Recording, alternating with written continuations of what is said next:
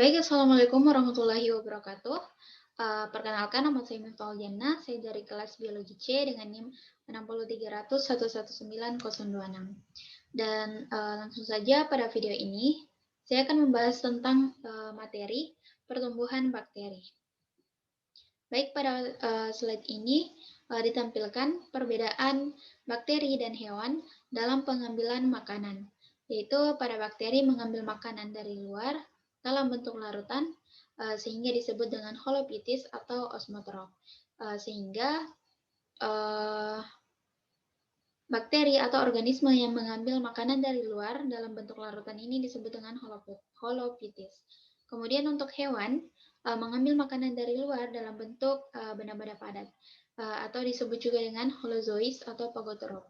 Jadi, organisme yang mengambil makanan dari luar dalam bentuk padat sering dikenal dengan holozois atau pagotrof. Selanjutnya ada reproduksi bakteri.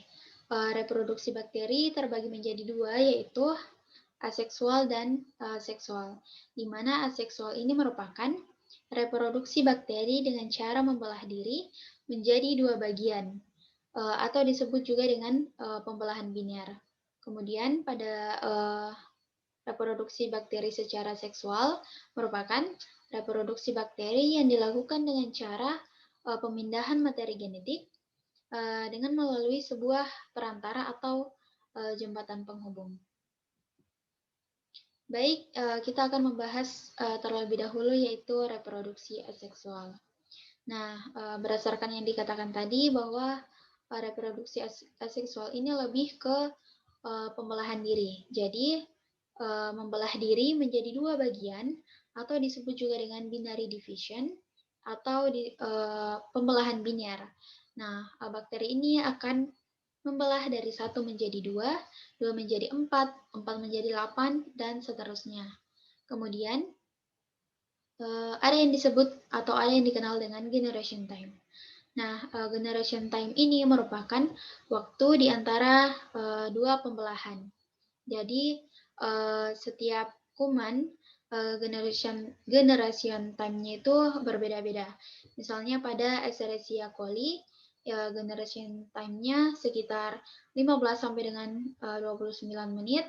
Kemudian pada Salmonella typhi lebih ke 23 sampai dengan 24 menit.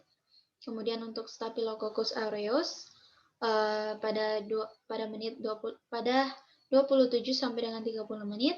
Kemudian Mycobacterium tuberculosis kurang lebih 15 jam. Kemudian pada Treponema pallidum sekitar 1980 menit atau kurang lebih 33 jam. Selanjutnya pada slide ditampilkan yaitu gambaran secara umum pembelahan biner atau pembelahan pada bakteri. Nah, seperti yang dikatakan tadi, dari satu bakteri akan membelah menjadi dua bakteri. Sehingga pada dua bakteri ini ketika mengalami pembelahan akan menjadi 4, dan dari 4 bakteri akan mengalami pembelahan menjadi 8 dan seterusnya. Kemudian di sini terdapat jumlah kuman, pembelahan, dan eksponensial. Jadi pembelahan, misalnya pembelahannya itu 0, maka jumlah kumannya itu tetap 1 karena tidak terjadi pembelahan. Dan jika sudah terjadi pembelahan atau pembelahannya terjadi sekali, maka akan menghasilkan jumlah kuman sebanyak 2. Dan jika mengalami pembelahan sebanyak 2 kali, maka akan menghasilkan jumlah kuman sebanyak 4, dan seterusnya begitu. Kemudian eksponensial ini merupakan rumus matematika dari pembelahan bakteri ini, yaitu 2N, di mana N ini merupakan jumlah dari atau hasil dari pembelahan. Misalnya pada pembelahan 0, maka 2 pangkat 0, sehingga jumlah kumannya itu tetap 1. Sedangkan pada pembelahan 1, maka 2 pangkat 1, sehingga menghasilkan jumlah kuman sebanyak 2. Dan begitu juga pada pembelahan yang terjadi 2 kali, maka 2 pangkat 4 menghasilkan 2 pangkat 2 maka menghasilkan 4 jumlah kuman, dan begitu seterusnya. Kemudian di sini ada fase pertumbuhan, di mana terbagi menjadi 4, yaitu fase inisial. Fase inisial ini diambil dari kata inisiatif, yang artinya awal atau permulaan dari sebuah dari pertumbuhan bakteri itu sendiri. Kemudian ada fase eksponensial, di mana pada fase ini terjadi pertumbuhan bakteri yang sangat cepat. Kemudian pada fase ketiga yaitu fase stationary, atau diambil dari kata statis, artinya jumlah bakteri tidak bertambah dan tidak kurang, atau jumlah bakteri itu tetap. Kemudian pada fase keempat yaitu fase deklinasi, di mana pada fase ini bakteri akan mengalami penurunan. Kemudian,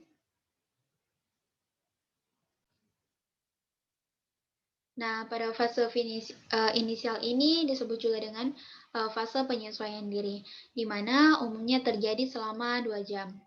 Berdasarkan pada gambar kurva ini, fase inisial terjadi dari A ke B, di mana terlihat pada kurva bahwa dari A ke B ini mengalami penurunan. Mengapa demikian? Karena pada fase ini bakteri belum berkembang biak.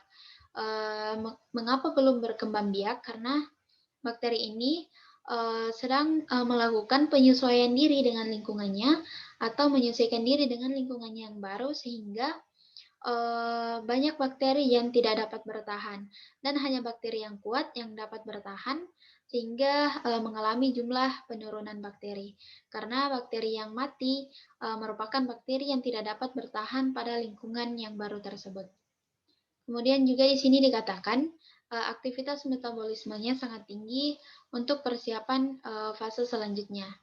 Berdasarkan gambar kurva dari B ke C, di mana mengalami peningkatan yang sangat tinggi, sehingga bakteri pada fase inisial ini memerlukan energi yang lebih banyak, atau energi yang banyak sekali untuk persiapan ke fase selanjutnya, sehingga bakteri ini akan melakukan metabolisme yang sangat tinggi untuk memperoleh energi yang cukup banyak yang akan digunakan pada fase selanjutnya.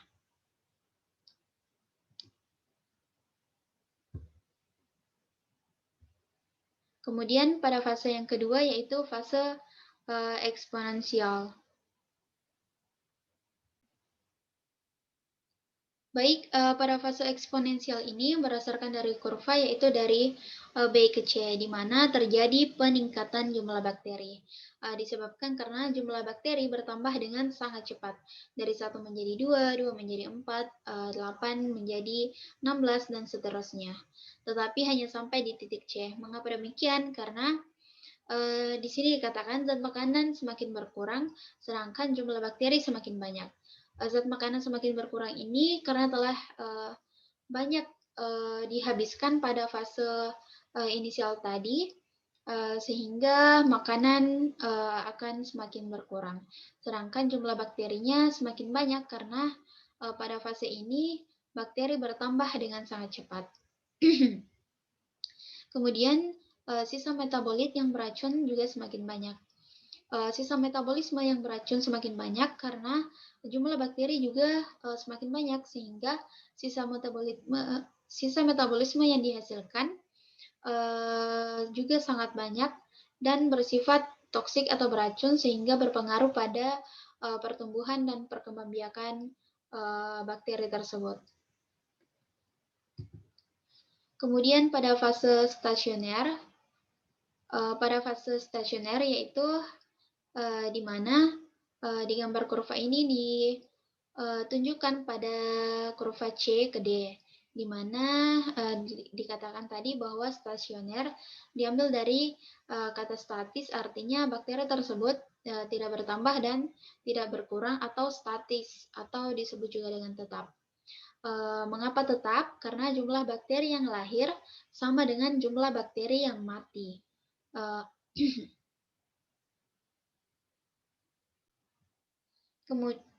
Kemudian pada fase ini terjadi kompetisi memperebutkan makanan, di mana disebutkan tadi bahwa pada kedua fase ini telah menghabiskan banyak makanan sehingga pada fase stasioner ini terjadi perebutan makanan karena jumlah makanan yang semakin terbatas sehingga terjadi kompetisi antara bakteri tersebut. Kemudian yang keempat yaitu fase deklinasi. Fase deklinasi ini berdasarkan kurva terjadi dari D ke E, di mana dari kurva ini mengalami penurunan karena jumlah bakteri yang berkurang, disebabkan karena jumlah bakteri yang mati lebih banyak daripada yang lahir.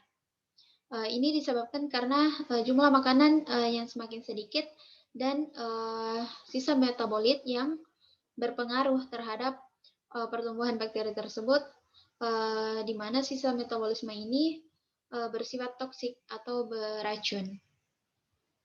Kemudian jumlah makanan yang semakin sedikit. Nah, jumlah makanan yang sedikit ini dapat mengganggu nutrisi atau mengurangi gizi pada bakteri atau bakteri tersebut kekurangan gizi. Dan dari kekurangan gizi tersebut, bakteri dapat terjadi bentuk abnormal disebabkan karena kekurangan gizi. Kemudian pada fase ini ada bakteri yang mampu membentuk spora. Nah, spora ini merupakan bentuk perlindungan suatu bakteri pada lingkungannya yang tidak menguntungkan, sehingga dia akan melindungi dirinya dengan membentuk spora. Bakteri dengan bentuk spora ini akan melewati fase deklinasi secara atau berlangsung dengan lama. Contohnya itu pada bakteri Neisseria gonorrhoeae selama 72 jam.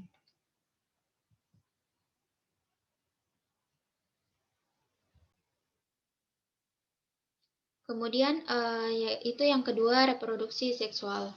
Nah, reproduksi seksual ini terjadi peleburan bahan kromosom dari dua kuman. Jadi terdapat dua kuman yang mengalami peleburan bahan kromosom sehingga akan menimbulkan anakan yang bersifat baru atau timbul sifat kuman yang baru yang berasal dari dua induknya. Kemudian reproduksi seksual ini hanya terjadi pada kuman yang satu famili seperti Escherichia coli dan Shigella dysenteriae. Jadi jika kuman tersebut tidak sefamili, maka tidak akan terjadi reproduksi secara seksual karena hanya dengan kuman yang satu familinya maka dapat terjadi reproduksi secara seksual. Kemudian ada berdasarkan suhu pertumbuhan, kuman dibedakan menjadi 3, yaitu ada sikrofilik, mesofilik, dan termofilik. Nah, untuk mengingat ketiga kuman ini, maka tidak perlu dihafalkan, cukup dengan memahami kata-kata dari nama kuman tersebut. Misalnya dari meso. Meso ini artinya pertengahan, sedangkan filik ini artinya suka. Jadi, mesofilik ini merupakan kuman yang hidup pada suhu yang pertengahan. Jadi yang pertama itu sikrofilik. Nah, sikrofilik ini merupakan kuman yang dapat tumbuh pada kisaran min 5 sampai dengan 30 derajat Celcius dengan suhu optimum 10 sampai dengan 20 derajat Celcius. Di sini dikatakan ada suhu optimum. Nah, apa sih suhu optimum itu? Jadi, suhu optimum ini merupakan suhu terbaik untuk pertumbuhan bakteri. Jadi, suhu optimum ini merupakan di mana bakteri dapat bertumbuh dengan baik atau di mana pertumbuhannya ini terjadi secara maksimal atau berada pada pertumbuhan yang sangat baik, yaitu pada suhu optimum 10 sampai dengan 20 derajat Celcius. Sedangkan untuk suhu minimal ini merupakan batas toleransi terendah di mana bakteri dapat hidup. Sedangkan untuk batas maksimalnya merupakan batas toleransi tertinggi di mana bakteri tersebut dapat hidup. Contoh yang kedua yaitu mesofilik, di mana bakteri akan tumbuh pada kisaran 10 sampai 45 derajat Celcius. Jadi batas toleransinya ini berada pada suhu 10 derajat. Batas toleransi terendahnya berada pada suhu 10 derajat Celcius dan batas toleransi tertingginya berada pada 45 derajat Celcius. Kemudian suhu optimumnya berada pada suhu 20 sampai dengan 40 derajat Celcius. Nah, suhu mesofilik ini merupakan suhu yang baik pada pertumbuhan pada bakteri yang tumbuh pada tubuh manusia. Mengapa? Karena tubuh manusia itu memiliki suhu yang normal 37 derajat Celcius sehingga bakteri yang berada pada pertumbuhan mesofilik ini merupakan bakteri yang sangat baik bertumbuh pada tubuh manusia. Kemudian ada bakteri termofilik yang dimana termofilik artinya sangat suka panas, sehingga bakteri ini dapat tumbuh pada kisaran 25 sampai dengan 80 derajat Celcius. Dengan suhu optimumnya yaitu 50 sampai 60 derajat Celcius. Jadi fase pertumbuhan terbaik pada bakteri termofilik berada pada 50 sampai 60 derajat Celcius, sedangkan untuk batas toleransi terendah bakteri dapat hidup itu pada suhu 25 derajat Celcius dan batas maksimal atau batas tertinggi bakteri dapat hidup yaitu pada suhu 80 derajat Celcius. Kemudian berdasarkan kebutuhan oksigen, kuman dibedakan menjadi 3. Yang pertama yaitu kuman anaerob obligat. Diambil dari kata an yang berartinya tidak dan aerob yang identik dengan oksigen. Artinya tidak oksigen atau tanpa oksigen. Jadi kuman anaerob obligat ini hidup tanpa oksigen. Oksigen bersifat toksik terhadap golongan kuman ini. Sehingga para kuman ini tidak memerlukan oksigen atau jika terdapat oksigen maka kuman tersebut akan mati karena oksigen bersifat toksik terhadap kuman ini. Contohnya itu pada Clostridium tetani dan Treponema pallidum. Kemudian untuk kuman aerob obligat. Nah, berbeda dengan anaerob tadi, kuman aerob obligat ini harus atau mutlak membutuhkan bakteri, di mana bakteri yang hanya hidup di dalam lingkungan yang memiliki oksigen bebas, di mana oksigen ini mutlak ada pada kuman aerob obligat karena merupakan sumber pertumbuhannya atau sumber hidupnya. Contohnya itu pada Vibrio cholera dan Bacillus anthracis. Jadi dua kuman ini berbeda, yaitu pada anaerob obligat mutlak tidak memerlukan oksigen, sedangkan pada aerob obligat mutlak memerlukan oksigen. Kemudian pada kuman yang ketiga yaitu kuman fakultatif aerob, di mana bakteri ini hidup di dalam lingkungan yang baik mengandung oksigen ataupun tidak. Jadi kuman fakultatif ini dapat hidup pada lingkungan yang memiliki oksigen dan jika tidak memiliki oksigen maka kuman fakultatif ini akan tetap hidup. Contohnya itu pada Salmonella typhi dan Streptococcus pyogenes.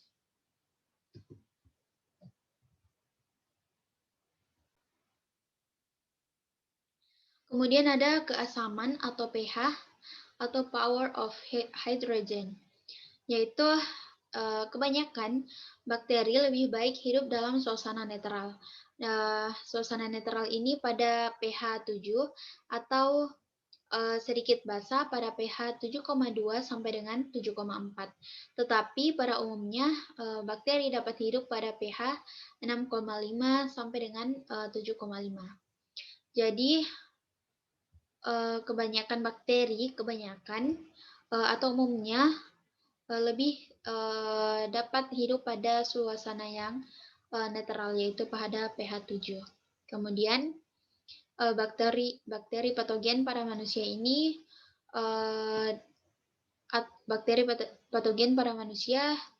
dapat hidup dalam keadaan pH 6,8 sampai dengan 7,4 dan biasanya berada pada pH darah atau sama dengan pH darah. Kemudian beberapa bakteri hidup pada suasana asam. Bakteri yang hidup pada suasana asam ini contohnya pada bakteri yang hidup pada gusi manusia. Contohnya itu Streptococcus mutans, dan sedangkan bakteri yang menyukai atau hidup pada suasana basah seperti contohnya itu bakteri Vibrio cholera. Kemudian berdasarkan nutrisi, bakteri dibedakan menjadi dua. Yang pertama yaitu bakteri autotrof, di mana kata autotrof ini identik dengan dapat menghasilkan makanannya sendiri karena berasal dari kata auto yang artinya otomatis, sehingga dapat menghasilkan makanannya sendiri. Jadi bakteri autotrof ini bakteri yang dapat menggunakan karbon dioksida sebagai sumber karbonnya bagi pertumbuhan dan sintesis metabolisme di dalam tubuhnya. Pada bakteri autotrof ini terbagi menjadi dua, yaitu autotrof fotosintetik, di mana autotrof fotosintetik memperoleh energi dari cahaya, diambil dari kata foto atau foton yang berarti cahaya. Kemudian ada juga autotrof kemosintetik, di mana bakteri ini akan memperoleh energi dari oksidasi substrat inorganik. Contohnya pada Fe atau besi, S atau sulfur atau belerang, kemudian NH3 dan NO2. Kemudian yang kedua itu bakteri heterotrof, di mana bakteri heterotrof ini merupakan bakteri yang hanya dapat menggunakan senyawa organik. Misalnya itu karbohidrat sebagai sumber karbonnya. Jadi berbeda dengan bakteri autotrof tadi, di mana bakteri autotrof dapat menghasilkan makanannya sendiri, sedangkan pada bakteri autotrof hanya dapat menggunakan senyawa organik, yaitu contohnya karbohidrat sebagai sumber karbonnya. Baik, terima kasih. Mungkin hanya itu yang dapat saya sampaikan. Mohon maaf apabila masih terdapat banyak kekurangan. Saya akhiri. Wassalamualaikum warahmatullahi wabarakatuh.